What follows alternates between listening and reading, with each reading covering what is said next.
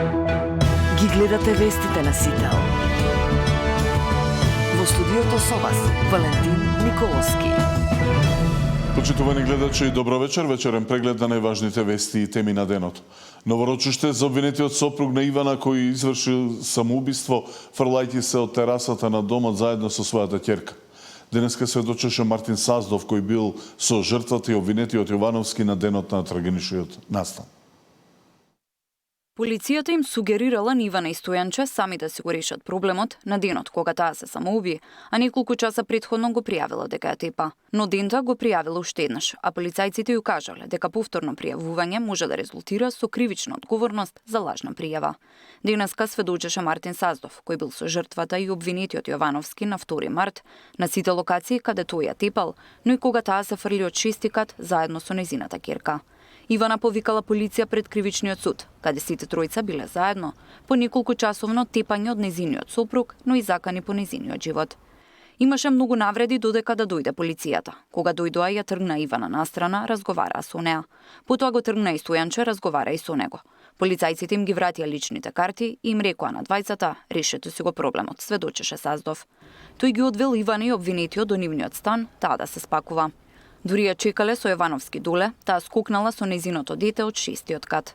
Му задзвони Ивана на Стојанче, дури бевме доле. Нешто збореа, а Стојанче кога спушти го стави телефонот во џеб и кажа дека ништо не ја разбрал. Јас предпоставувам дека му кажала дека ќе направи такво нешто, а тој го стави телефонот на нечујно. Ивана ми се јави мене и побара Стојанче да се јави на камера. Тој звонеше, јас зирнав што се случува во телефонот и ја видов Ивана како стои со Катја во рацете на тераса и одма сватив што ќе направи. И викнав, Ивана немој да си направила глупост и истрчав кон влезот кога слушнав силен удар. Ја видов Ивана во крв како лежи и почнав да трчам назад да видам дали Катја е горе, но се сетив дека е заклучено и се вратив назад да ја барам. Тогаш ја видов до Ивана. Веднаш почнав да викам по брза помош. Стојанче истрча на кај главната улица и не сакаше да ги види. Саздов му бил другар на обвинетиот и работеле заедно, а се дружели со Ивана. Другарството завршило откако дознал дека Стојанче се гледа со неговата девојка. Сведокот кажа дека Ивана започнала бракоразводна постапка, откако Јовановски ја претепал и ја оставил на автопат во Штип со нивното дете, зашто ја сгрешила навигацијата. Според сведочењата на Саздов, обвинетиот се дрогирал, а ја присилувал Ивана на истото. Бидејќи знаел дека ја тепа, сведокот во еден наврат отишол во полициска станица Пороле да го пријави, а оттаму го избркале со прашањето кој си ти да пријавуваш. Судењето продолжува утре, ке сведочи братот на жртвата, соседка од зградата каде живееле и наставничката од училиштето каде учело нивното дете. Тамара Дичевска, Сител телевизија. Средба меѓу премиерот и новиот државен обвинител Савески не се планира во скоро време, но владата е подготвена да ги обезбеди сите потребни ресурси и нови вработувања за тој веднаш да почне се работа. Премиерот Мицкоски ги повтори очекувањата Савески веднаш да утврди како поранешната специјална обвинителка Катица Јанева давала овластување од притвор за предмети на СЈО, но и дали заштитените сведоци за 27 април давале искази под принуда. Премиерот очекува да се отворат и предмети кои со години стоеле во фиока. Ставот на обвинителот пак дека ќе ги проверува предметите и доколку има некакво незаконско постапување, ќе бидат преземени активности од обвинителството. За опозицијската СДСМ е доказ дека новиот обвинител бил под директна контрола на Мицкоски. Доколку ова не се случи, јас не гледам дека во иднина некој може да биде заштитник на правдата. Како модуларната болница се случи? Зошто се случи? Зошто се пренесува од една во друга ингеренциите за модуларната болница? Дали сите се прифатени? Како се случија многу случаи во делот на енергетиката, во делот на јагленот? Дали постојат фирми кои што спонзорирале одредени политичари нивни возила, имоти и така натаму и така натаму. Во зависност од нивните потреби, исто како што сега дадовме согласност за прием на 200 нови вработувања во судовите, така како треба и во обвинителството, да не зборуваме за плати, за тоа не даваме согласност. Ако се потребни нови вработувања, истражители, соработници и така натаму, стоиме на располагање како влада. Еве како тие ќе кажат така. Само ова све да биде изнесено на виделен. Еве зашто не гласавме и не му дававме подршка. Зашто што работи по диктат на Христо Мицкоски. Има ли поголем доказ од ова да се спасат предметите во кои што ВМРО-ДПМН е предмет на истражување и судски процеси? Па има ли поголем доказ? Ова е само дел од восстановената пракса уште од почетокот на владата, кога се инсталираа и членови од судски совет, суди, обвинители и така натаму. И тогаш укажувавме дека се партизира судството. И тогаш укажувавме дека не се спроведува реформската агенда со законите од правосудството. Ова не изненадува. Ова не изненадува. Под директна контрола на премиерот. Тоа е знак. И ништо друго. Новиот републички јавен обвинител ќе има тешка задача да функционира во моменти кога правосудството е оценето со двојка, а очекувањата се големи, смета аналитичарот Петар Арцовски, кој гостуваше во Дневникот на Сител. Не би сакал да му бидам во чеблите на новиот државен обвинител, бидејќи републички јавен обвинител, бидејќи доаѓа во едновремена ниска доверба во судскиот и правосудниот систем, во едновремена широки очекувања од сите. Сите политички структури имаат некакви очекувања од судството и од обвинителството. При тоа внатре во самото обвинителство се уште се завршува процедурата на избор, внатре има некакви фрикции и така натаму, но треба да се каже дека секоја криза е можност. Ова е можност за новиот избран обвинител да покаже некаков различен стил на работење и различна посветеност на работата и со тоа да го поправи имиџот на републичкото јавно обвинителство во голема мерка, но се соочува така е со многу големи предизвици, особено бидејќи работи под будното око на политичките елити. И опозицијата и власта му даваат совети со што да се зафати. Така е, ние како општество не штедиме многу на совети на државните избрани функционери и токму тоа го потврдува фактот што тој ќе биде под притисок од сите страни. Дали ќе може тоа успешно да го навигира или не се уште рано да се каже, но истовремено е тоа и предизвик, но и можност да покаже дека обвинителството може да работи на различен начин.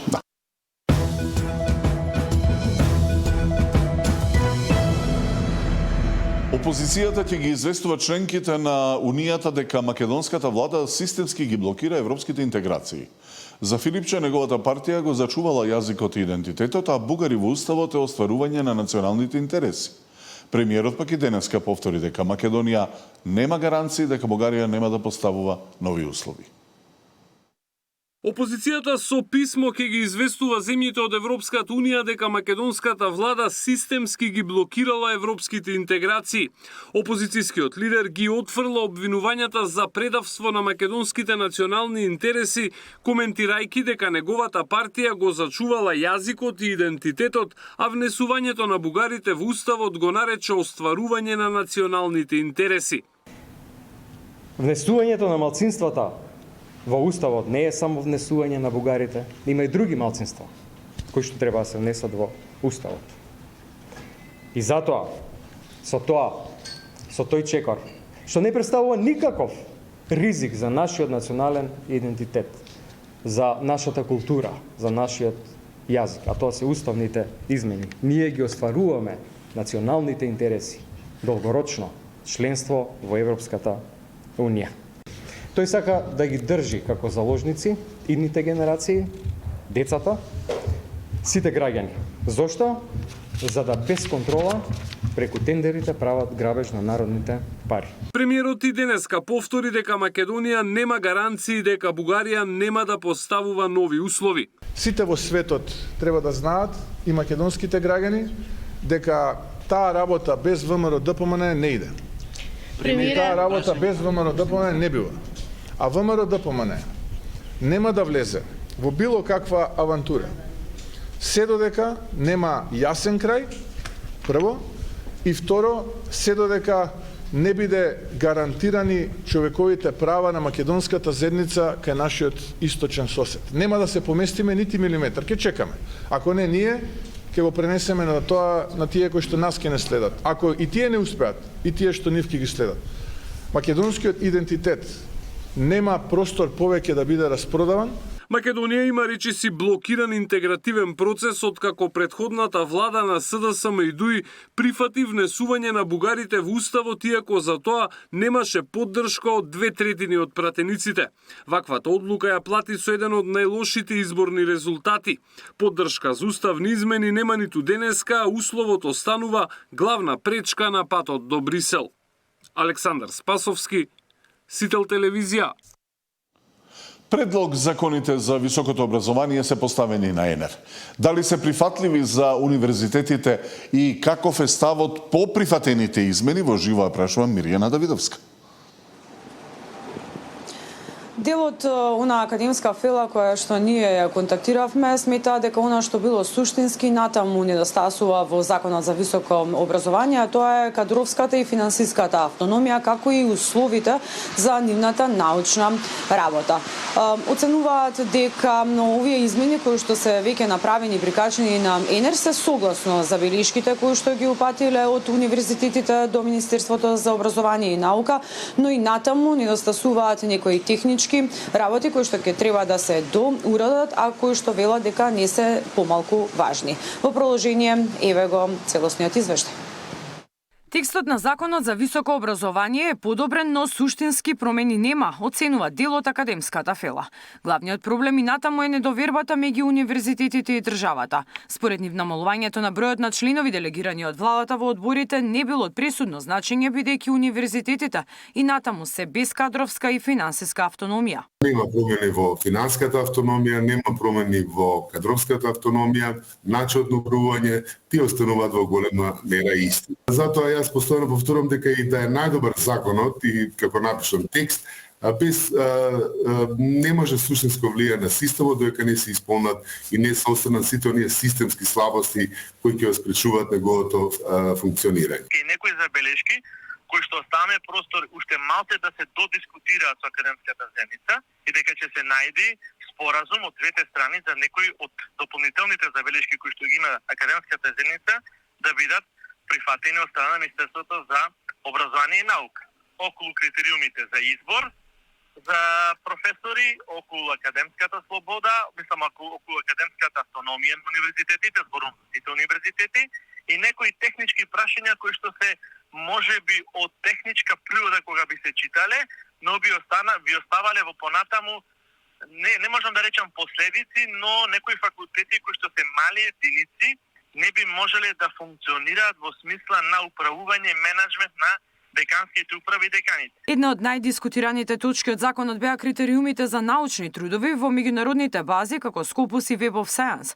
Професорот Дуе вели дека академската фела не бега од критериуми за квалитет, но прашува во какви услови реално треба да се создаваат тие научни трудови. Она што академската заедница бара, а тоа е услови за исполнување на сите овие фактори. Знаете, работиме во стари згради, инвестициите во наука познато вие дека се многу минимални и за висока наука потребна е и подготовка и систем кој што ќе им овозможи на професорите да објавуваат.